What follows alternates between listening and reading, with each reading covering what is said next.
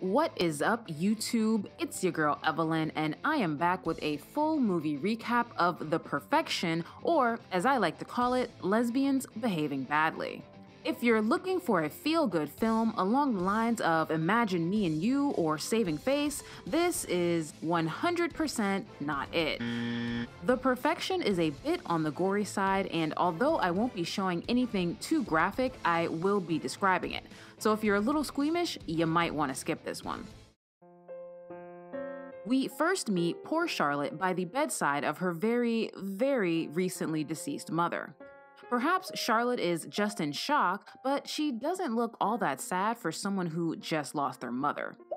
We then overhear her aunts discussing how Charlotte can finally get back to her life, more specifically, her career. 10 years ago, Charlotte was a cello-playing prodigy with a promising career ahead, but when her mother fell ill, she quit her studies at the Backoff Academy of Music and became her mother's full-time caretaker. After burying her mother, Charlotte wastes no time in reclaiming her life. She calls up her old mentor Anton, then jumps on a plane to Shanghai, where Anton is hosting a cello competition. Charlotte does a bit of sightseeing and soon finds herself face to face with a huge billboard of Elizabeth Wells, the current it girl of the classical music world. After arriving at a pre-competition reception, Charlotte reunites with Anton and his wife Paloma. That's not normal. Charlotte then has some straight-up disturbing flashbacks, and we're left to wonder what her true intentions really are. Anton introduces Charlotte to his current protege, Elizabeth Wells, aka Lizzie. Lizzie immediately gives Charlotte the lesbian eye, and the two fangirl over each other, with Lizzie confessing to Charlotte that she's always looked up to her. "You will always be the person who makes my heart skip a beat when you play." We see a broken-hearted 14-year-old Charlotte leaving Backoff Academy on the same day that 9-year-old Lizzie moves in. Lizzie boldly flirts with Charlotte during the competition, and afterward implores Charlotte to join her on stage for a duet. With some swaying from Anton, and out-of-practice Charlotte reluctantly agrees. We are then treated to the best cello-playing montage I have ever seen on film. While Charlotte and Lizzie hit the strings, we simultaneously witness them making out, then dancing seductively while making out, and finally partaking in some sensual hotel sex while making out.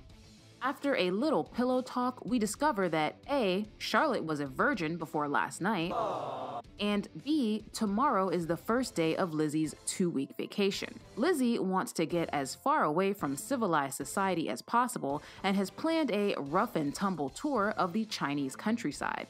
In a page straight out of Advanced U-Hauling Techniques 101, Lizzie invites Charlotte to join her, and Charlotte eagerly agrees because, well, she's probably crazy.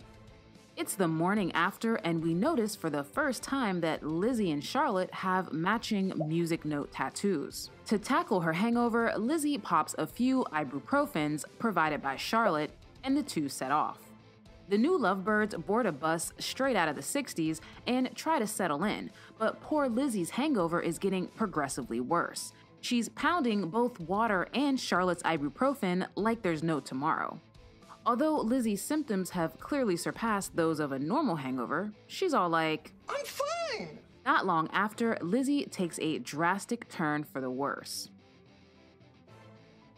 Charlotte pleads with the bus driver to stop so Lizzie can use the restroom, but the driver doesn't speak English and he's also kind of an asshole.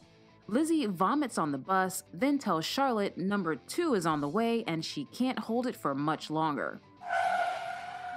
The bus driver finally stops, but too little, too late. Lizzie finishes up her number 2 outside, but she's still in excruciating pain. Once back on the bus, Charlotte tries to distract Lizzie from her pain, but Lizzie gets sick yet again, this time vomiting on the window. Both Charlotte and Lizzie see maggots crawling in the vomit, and Lizzie then has a complete meltdown. She tells Charlotte her brain is on fire, then repeatedly rams her head into the bus window until it breaks. The driver orders them off the bus, and as they're leaving, a helpful passenger informs them of a town within walking distance. On their walk to the town, Lizzie continues to flip out and becomes convinced that bugs are crawling inside of her body. She then sees a mass of bugs bursting through the skin of her arm and screams for help. Charlotte pulls a cleaver out of nowhere and hands it to Lizzie, telling her, "You know what you have to do." Lizzie lays her arm against a boulder and chops off her hand. It is once again the morning after. This time around, we get a closer look at Charlotte's ibuprofen bottle, which turns out not to be ibuprofen at all, but dear old mom's medication that happens to have some crazy-ass side effects. We're now back on the bus, and we see Charlotte reading an article about improvising a tourniquet. We also see a close-up of Lizzie's vomit, which I'll spare you, but the important thing is, this time it's completely maggot-free. And, needless to say, there were no bugs bursting out of Lizzie's arm before she chopped off her hand. And now we're all caught up. It's 3 weeks after the bus trip from hell, and we find ourselves at the lovely Backoff Academy of Music. Zhang Li, the winner of the Shanghai cello competition, has just arrived, and Paloma is giving her, along with her mother, a tour. They meet Anton in the day chapel, and he goes on and on about how acoustically perfect the day chapel is and how only the best students get a chance to play there. Zhang Li then says goodbye to her mother and begins her life as Anton's future protege. It's late and Anton is awoken by the doorbell. Lizzie's back and Anton is shocked that she's missing her right hand. Turns out, Lizzie was found alone on the side of the road, unconscious and drugged out of her mind, and the only thing that kept her alive was a homemade tourniquet. By the time the drugs were out of Lizzie's system and she'd realized what Charlotte had done to her, Charlotte was long gone. In the following days, Lizzie struggles to deal with the trauma of losing not only her hand, but also her career. But spending time at Backoff seems to be helping. If she can't play music, at least she can be surrounded by those who still can, and maybe she could even become a teacher. Anton and Paloma sit Lizzie down and gently tell her that they think it's time for her to move on. Lizzie begs to stay at Backoff, but Paloma apathetically tells her this is a music conservatory, not a convalescent home. Lizzie is gutted. The academy was her life, and now she's being kicked out all because of that evil, jealous bitch, Charlotte. Charlotte is chilling at the crib, probably congratulating herself on a job well done, when Lizzie breaks in. She tases Charlotte, then kicks the living shit out of her, as she should. Anton and Paloma pull up to the gates of Backoff and find Lizzie waiting for them. She wants to come back home and tells them she's brought them a present. Charlotte wakes up on Anton's couch, and after a few pleasantries, she tells Anton that she's here to save Lizzie from him. We see a young Charlotte playing cello in the acoustically perfect day chapel while Anton looks on. She plays an incorrect note, and as Anton berates her, two sinister-looking men walk in. When a student reaches a certain level of musical mastery, they are invited to play for Anton in the day chapel, and also made to get music note tattoos because why not? While the student is playing in the day chapel, they must achieve the perfection, playing the entire piece without a mistake. If they make a mistake, they are tied up and sexually assaulted by Anton and/or his two thugs. Also, this is totally normal and fine because this was how Anton was taught to play music, as was his father before him and his father before him. What did you say? Charlotte tricked Lizzie into cutting off her own hand in order to save Lizzie from a decade of sexual abuse at the hands of Anton. Charlotte knew Lizzie was brainwashed because she herself was also brainwashed, and it wasn't until her mother got sick and she left the academy did she truly understand what had happened to her. Charlotte is chained to a chair in the day chapel in a cute red dress, and the gang has all gathered to hear her play. When Charlotte refuses to play, Anton tells her he will let her go if she achieves the perfection. But if she doesn't, he tells her that poor little Zhang Li will pay the price, which we now know means sexual assault. Charlotte begins playing, and of course she misses a note.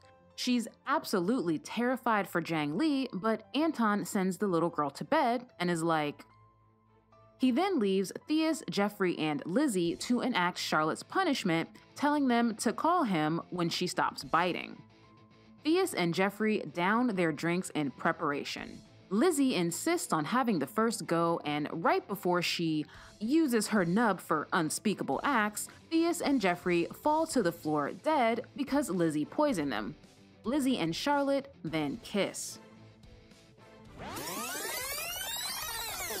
Lizzie has just tased Charlotte and kicked the shit out of her, but instead of hog-tying her and throwing her in the trunk like we were led to believe, the two have a heart-to-heart instead.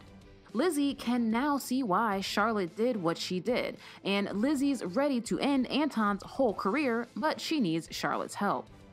Anton's enjoying a cup of tea when Paloma staggers in with a knife sticking out of her back. Lizzie and Charlotte walk in after her with knives and cleavers, and Charlotte, I kid you not, snatches off her wig. Then some terrible rap music starts playing, which is the universal signal that shit's about to go down. The two of them go on a wonderfully gruesome stabbing spree, and miraculously no one dies from blood loss. Charlotte and Lizzie are on stage in the day chapel getting ready to perform. During the stabbing spree, Charlotte lost half of her left arm, but that's okay because she can still finger the strings while Lizzie strikes the bow. But who are they performing for? Both Anton's arms and legs have been amputated and his eyes and mouth have been sewn shut, but he can still hear. Lizzie and Charlotte begin to play together, and it's literally the perfection. Thank you guys so much for watching, and I hope you enjoyed the recap. What did you think of the perfection? Did you love it? Did you hate it? Did it make you sick? Let me know in the comments. Also, what movie would you like to see me recap next? I'm leaning toward Booksmart, but if you want to see something different, please let me know. As always, thank you for watching, and I'll see you next week.